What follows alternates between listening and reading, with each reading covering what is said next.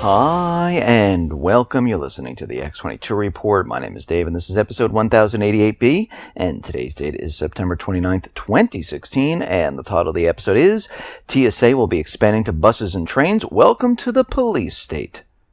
Let's get into the economic collapse, political, and geopolitical news. Now, October 1st is approaching quickly. It's about 2 days away right now. And we know what's going to happen on October 1st. We've discussed this before. This is the D-Day of the takeover of the internet, where the U.S. hands the internet over to the UN. And we see right now that Congress hasn't done anything. We're waiting to see if they will do anything. And if it is handed off to the UN, it looks like they're trying to complete the control of the entire system. A one world government type of control. And what the UN has proposed is to have certain criteria where they'll gauge what is acceptable on the internet and what is not acceptable. They're thinking about logons, maybe with a fingerprint or a logon or a card, so they can track where you are, where you're browsing. And if they don't like what you're looking at, they can shut it down. They need full control. And I wouldn't be surprised if this does go through and it is handed off, that you'll see new phones, laptops, and whatnot with these security apparatuses where it will allow you in and it will allow you access to the internet. Because right now, most of us just go right on. Most likely, when the UN takes over, you'll see a logon screen. Please identify yourself. You are now being tracked. We know exactly where you go. And they'll be using not the IP address, because, if you're in a place where everyone is sharing the same IP, you don't know who's doing what. But when you have a logon, it's much easier to track. And we can see right now, this is a huge possibility because we're getting closer and closer to that date. And this is something that we need to watch. We need to see if Congress is going to do anything. And what we need to watch and understand is that there are many moving parts to this. The TTIP, the TPP, this is all part of the same thing. Think about this for a second. They're trying to create a one world government. Maybe not in the way that we all think of it, where they're going to have one government and they're going to control everything. No, they're going to have the governments of each country.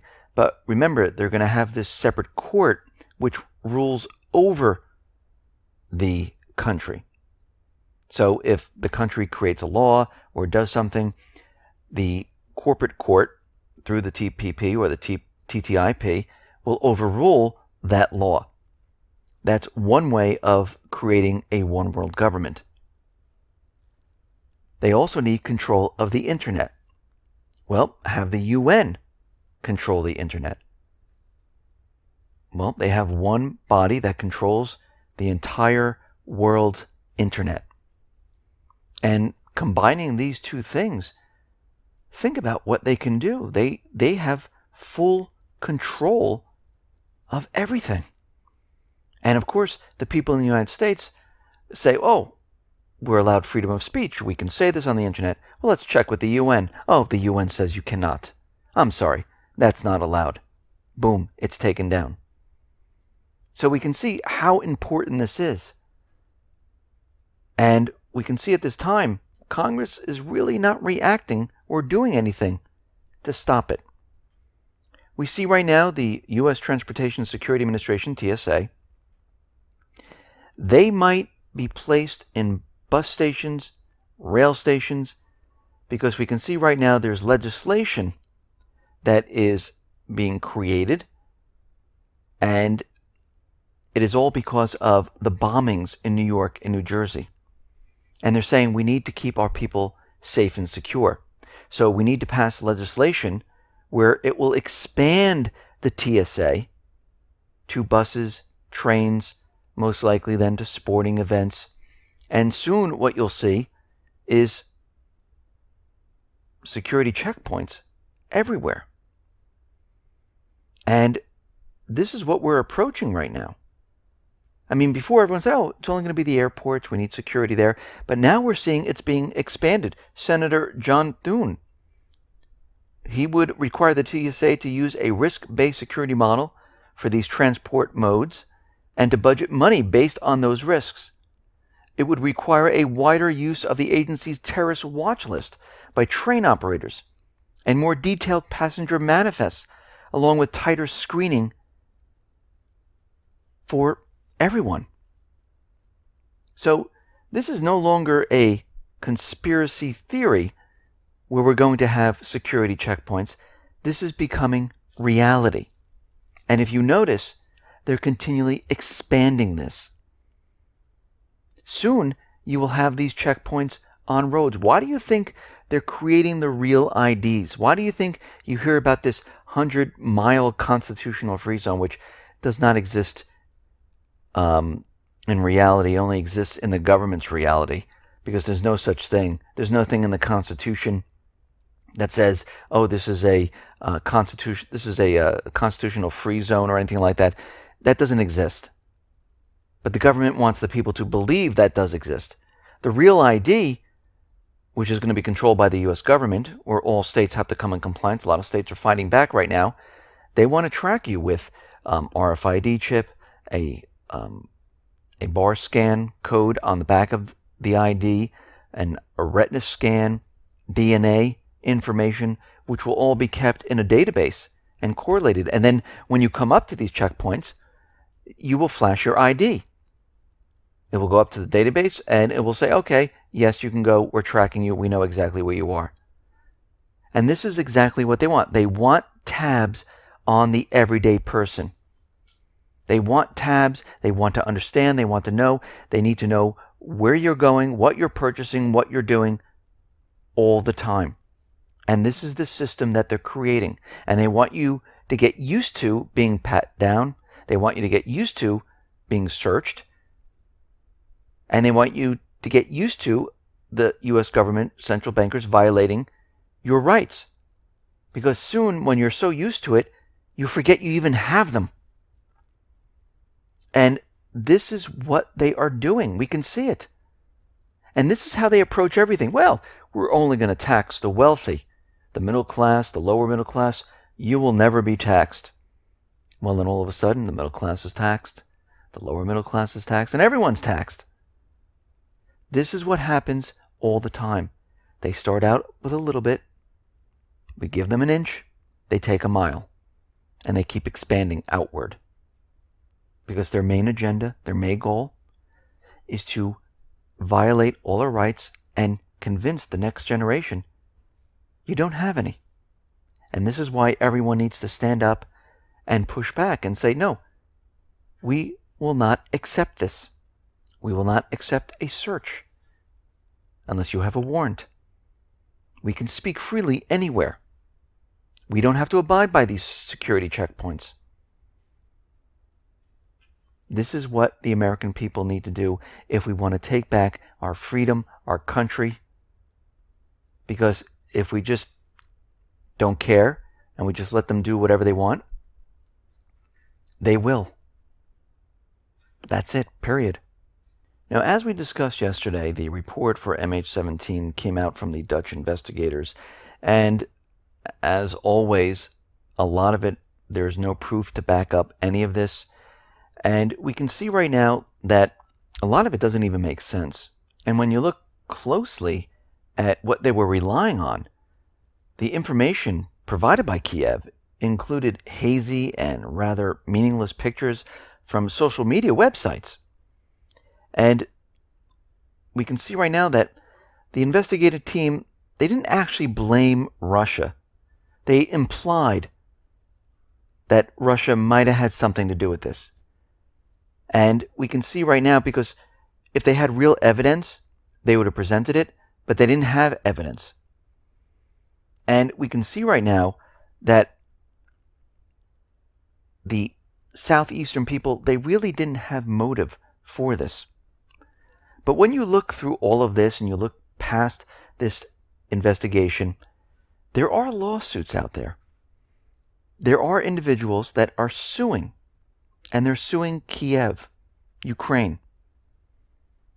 They filed the lawsuits in the European Court of Human Rights against Ukraine for Kiev's failure to close down its airspace while this conflict was occurring in the east.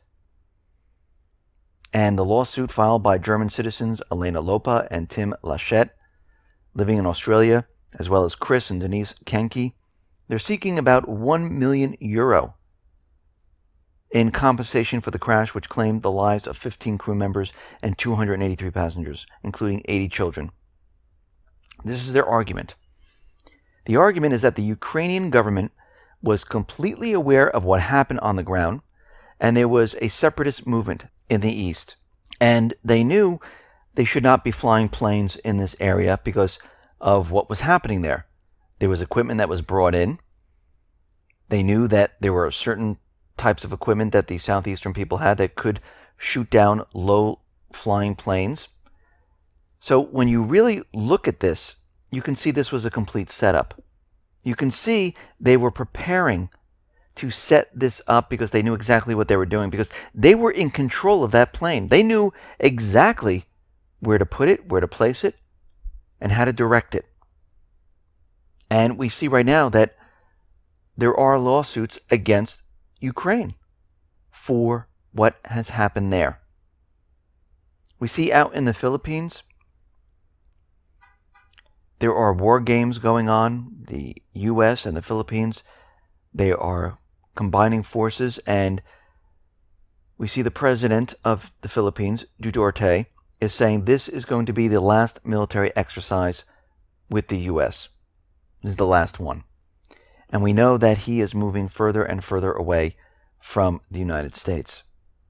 And most likely, we might even see a coup in the Philippines, some type of movement to get rid of this individual. Because the U.S. government central bankers, they don't like when people tell them that they're not going to be working with them. And if these presidents or prime ministers don't work with the U.S. government, the U.S. government gets rid of them. We see Obama, well, he's going to extend the bombing campaign against the people inside of Libya who are trying to take back their country for a second time. And we see right now that he's extending this. They're going to be leaving Navy ships, actually 2 Navy ships off the coast of Libya. Because what's happening right now, it's not the Islamic State. It's the people who want their country back. The unity government is really not in power. The people rejected the government that was forced upon them. And the U.S. will not accept this. The U.S. wants the unity government in power so they can control the unity government. We see Turkey right now. Well, they're going to be extending their state of emergency in their country for another 3 months. So we see a lot of things happening right now. And what's happening in Syria, well, things are really going downhill for the United States government central bankers. Syria and Russia, they are bombing Aleppo like crazy. The U.S. terrorists are losing in this area. Aleppo is a strategic location for the United States. They don't want to lose this. And it looks like it's only a matter of time before Syria and Russia completely control that entire area. So the U.S. is warning Moscow that further operation in Syria, further bombing of Aleppo, you might see Russian aircraft shot down. So what does that mean? It means that the terrorists now have the ability to shoot down Syrian jets and Russian jets. Because what we found out is that foreign states, they have supplied the moderate rebels, which are the terrorists, Al-Qaeda, Al-Nusra, the Islamic State, with GRAD surface-to-surface rocket launchers. A type of weapon they never had before. Now, we can see they're bringing these in because they need to protect Aleppo. Because if Aleppo falls, Syria and Russia, they will have control of Syria.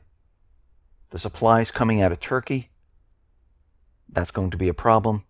The strategic location will be lost. And the Islamic State is doomed, which means the United States will need to leave Syria. So we can see right now the U.S., they are desperate. The U.S. government, they are desperate.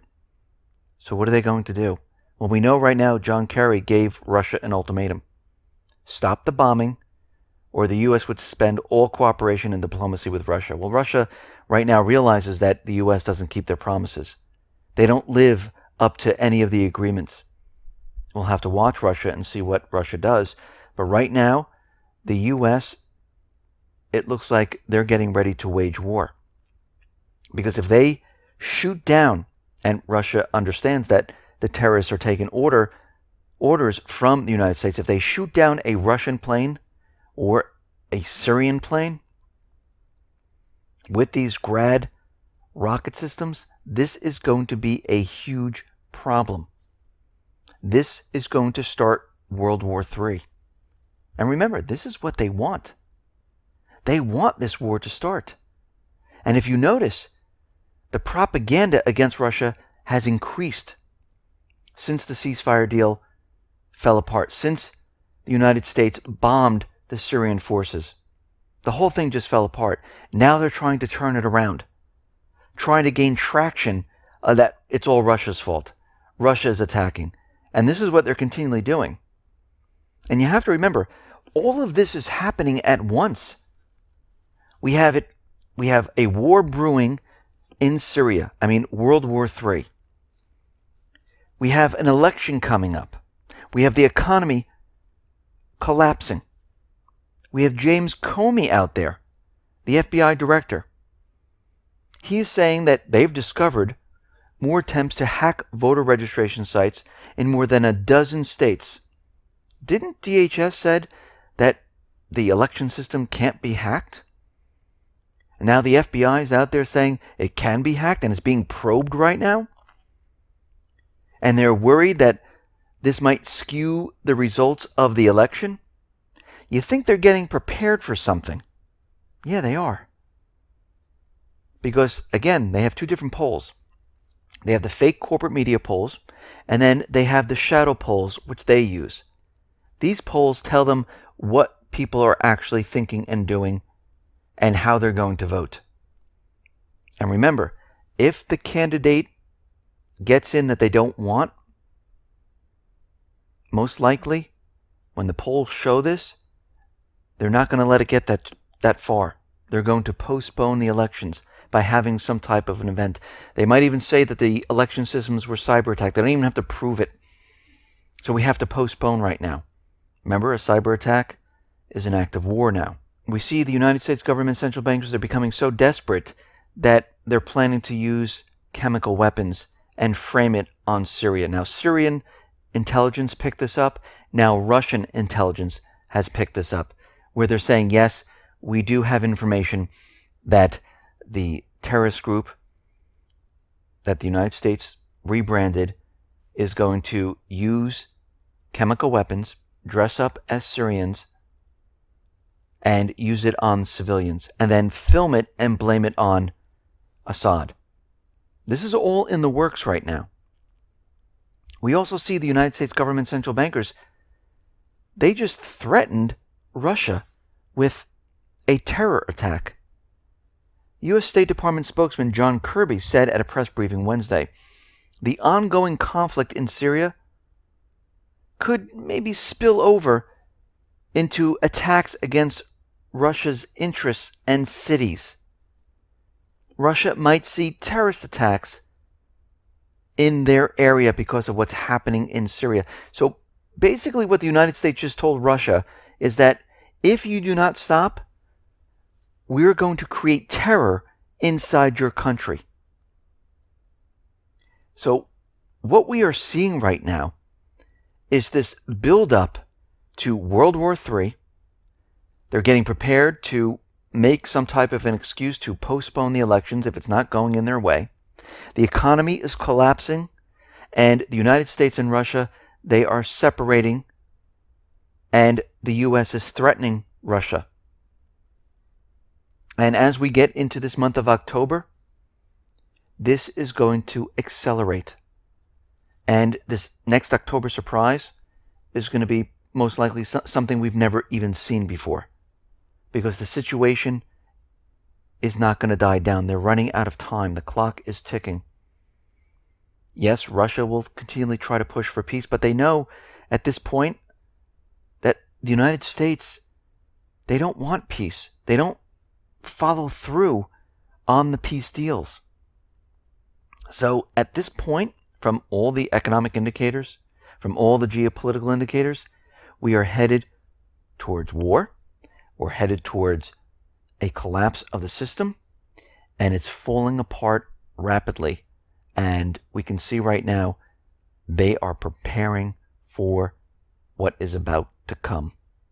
Listen, everyone, thanks a lot for listening. Be well, be safe, and especially be prepared. Thanks a lot.